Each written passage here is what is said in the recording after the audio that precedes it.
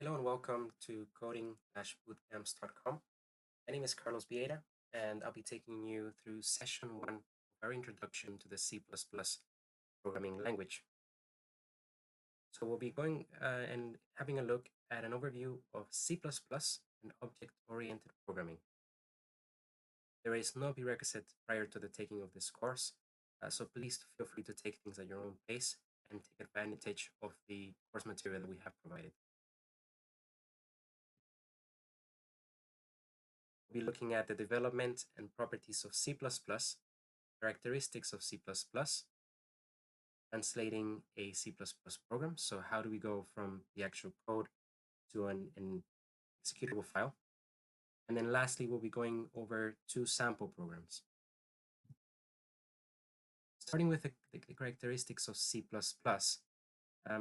one of the main defining ones is that C++ has all of the features that are available in C, meaning it was designed to expand on the functionality of C, which is an programming language that existed before C++. It's also one of those fundamental programming languages, so it's definitely one that you should be aware of. If you'd like to learn more about C, you can check out our course on the platform. The next characteristic is that C++ is used to build universally usable modular programs. It's also very efficient, very fast, so it's known for having high computational power.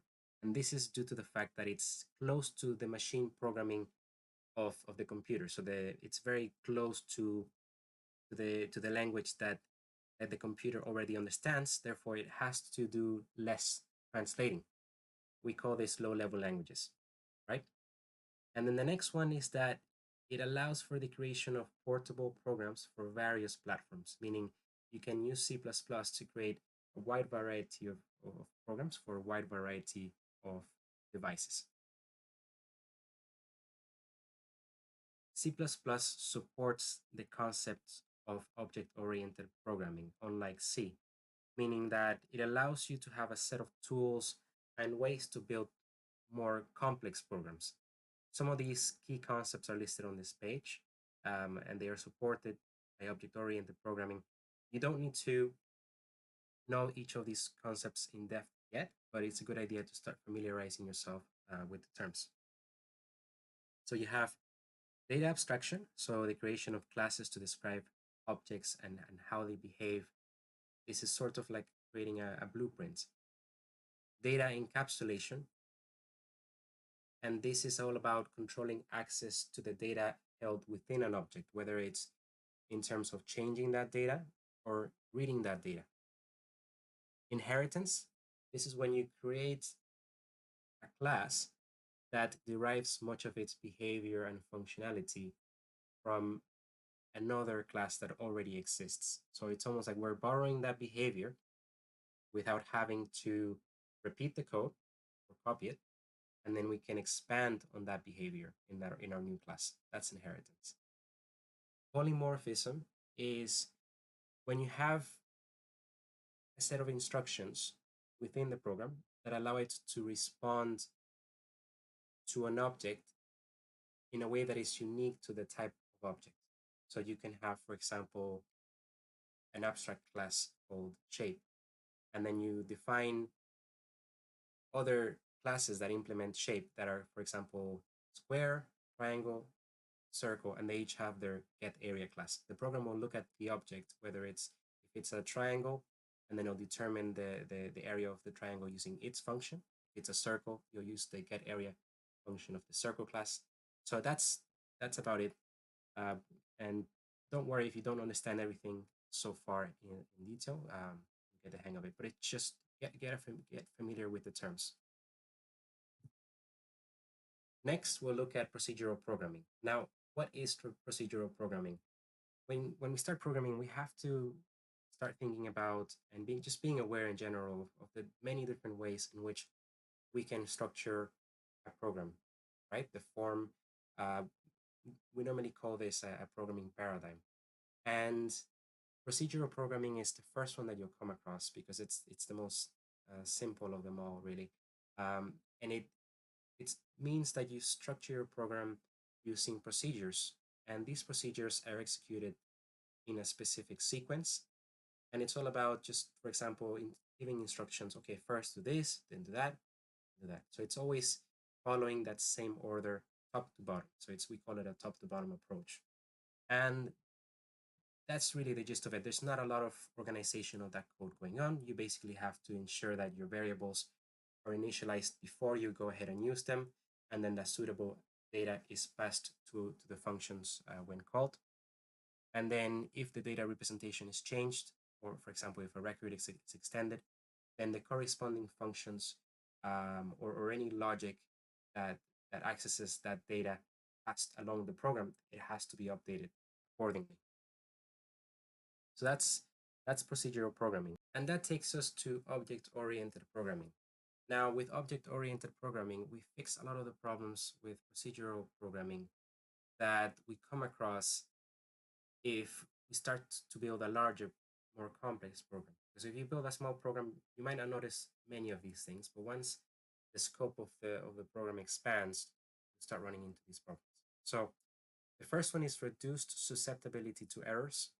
So an object controls access to its own data, and because it controls that access, it can also perform validation. So if you try to change the data in an object and you try to put in data that is invalid in relation to that object's rules, then the object can simply come back and reject that change.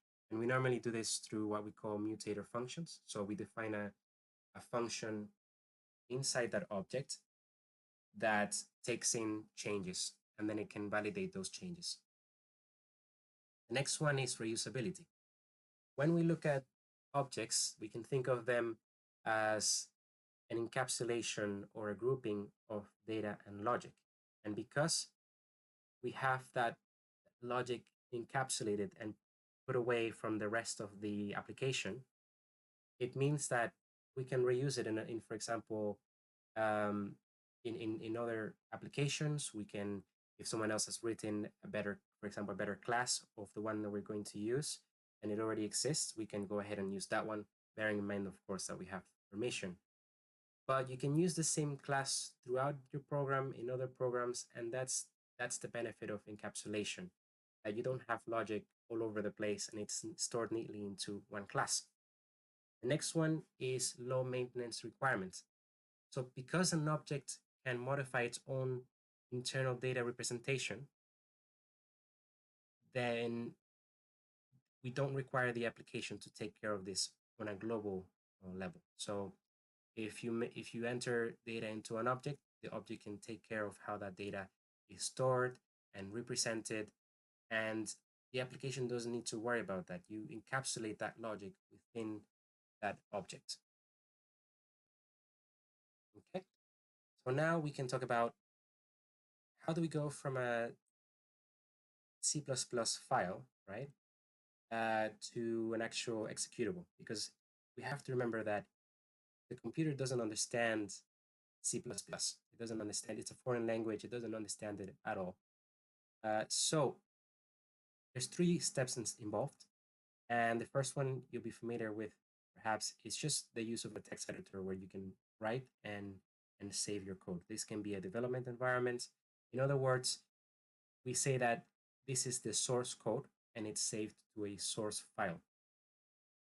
In larger projects, you normally have more than one source file, and then this is what we call modular programming. You could have, for example, one file per class. So you have multiple files, and it makes it really easy to go back and make changes because you don't have to open up the whole thing or read thousands of lines. You just focus on what you're working on.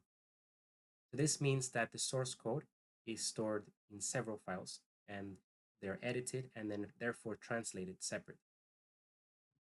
So that next step is going to be translation, and it's completed by what we call a compiler. So a compiler takes the source code, the C++ language code that we've written, and it translates that into an object file that is made up of machine code. This object file can also be referred to as a module. And that third and final step involves the linker. So the linker combines the object file with other modules and it gives us that executable file. These further modules contain functions from the standard libraries or paths of the program that have been compiled previously. So if we just recap that, we go from the source code, then the compiler, and lastly the linker. Make sure as we go along that you are caught up and reading all of the course material that we have provided for further details and to further instructions as well. Now that we've gone over some of the basics, let's get started and actually have a look at the code, right? Let's go through some C++ code. And this is our first sample program. So I'm going to go through it line by line. You don't need to worry about remembering the syntax too much. That's going to come as we look at more programs. But let's get started with the first line, which features the hashtag include IO stream. Now this is what we call a preprocessor. Now what is that? What does that do? That allows us to have access to code or information that is stored in a separate module or a separate file. And that's great because we don't have to repeat that code in our file. We can access that information by using an include statement, and then we put the name of the module. Then you have using namespace std, or using the standard namespace. When we write this, what we instruct the compiler to do is look up at the namespace in order to understand our code. You can think of it as a dictionary or a naming convention. So in C++, you have various reserved names for variables, classes, constants. And for the compiler to understand what we mean, we just basically specify the namespace. So it's really important to have that before the block of code that we're writing. And next, we have the main function. So you have, first of all, the return type, integer. Then you have the name of the function, open parentheses and closing parentheses. Then you have an opening bracket and a closing bracket over here, and the body of the function is encapsulated in here. So first line of the function is cout, and then the arrows to the left, enjoy yourself with C++, arrows to the left, and then end L. Now, what do you think end L means? It actually means end line. So we are adding a line break.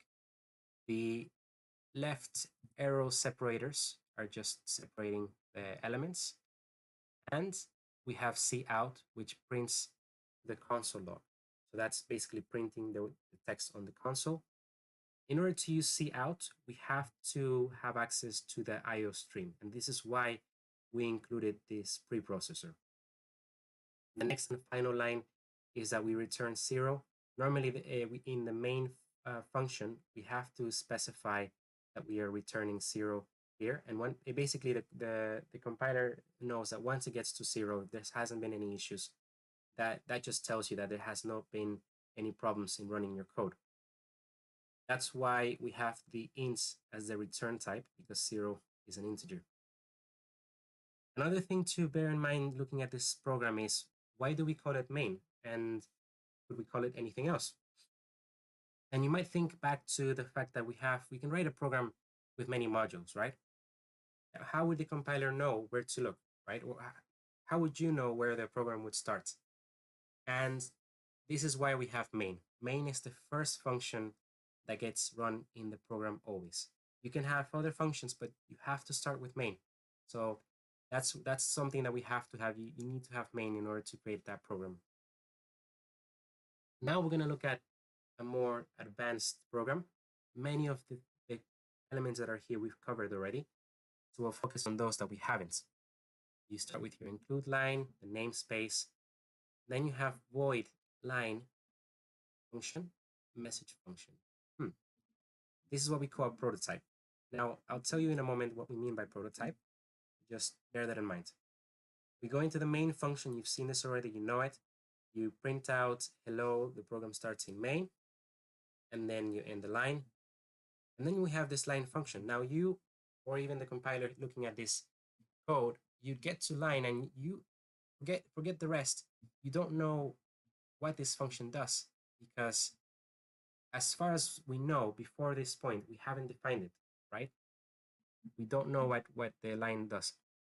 And we wouldn't be able to use that function if it wasn't for the prototype, because the prototype basically tells the compiler, hey, listen, I've got this line function that I'm going to be using quite shortly before it's defined, and also this message function. Therefore, by putting that in, by the time you get here, the compiler is ready, and it can go ahead and go up to the line function. It'll print out a horizontal line. Then we go back to the message function. We print out this message. We go back to the line function, print out the line. And then lastly, we print out this message here and then a line break. And we return 0 to signify the success of the program. Okay? Next, I'm going to briefly show you how to get the development environment that you'll need in order to start writing C++ programs. I'm going to show you the one I'll be using on my Windows machine. So for that, we go to the browser. You want to head over to visualstudio.microsoft.com. And once you're there, go to Downloads. And you have to look for Visual Studio 2019.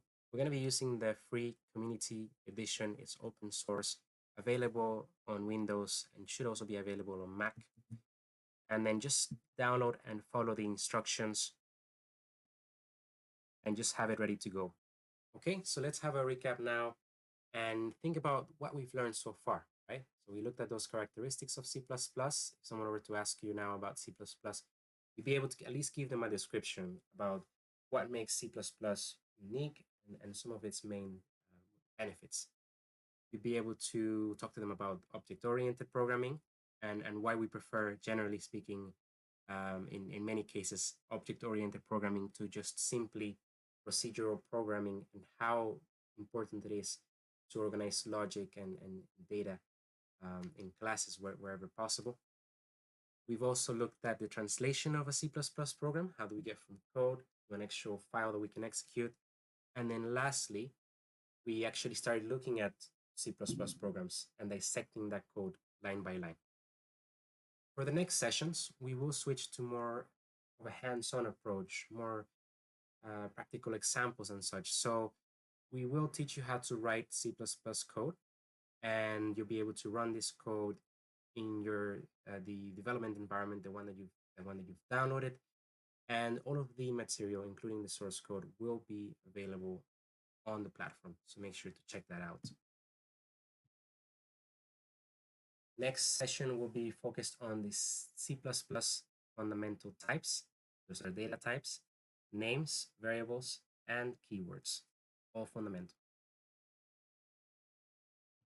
On another note, I do want to point out, if you do find yourself that you're going through the additional support material and you do find yourself struggling, or you're not moving along as quickly as you'd like, you can always sign up for private tutoring. We can offer that for you, not only for C++ or C, but other languages. So do check out the platform and see that the weekly and monthly plans that we have available for you, just to get you back up and moving. So if you do find yourself stuck, there is help, and just reach out to us. And that's it. Thank you so much for joining our first session.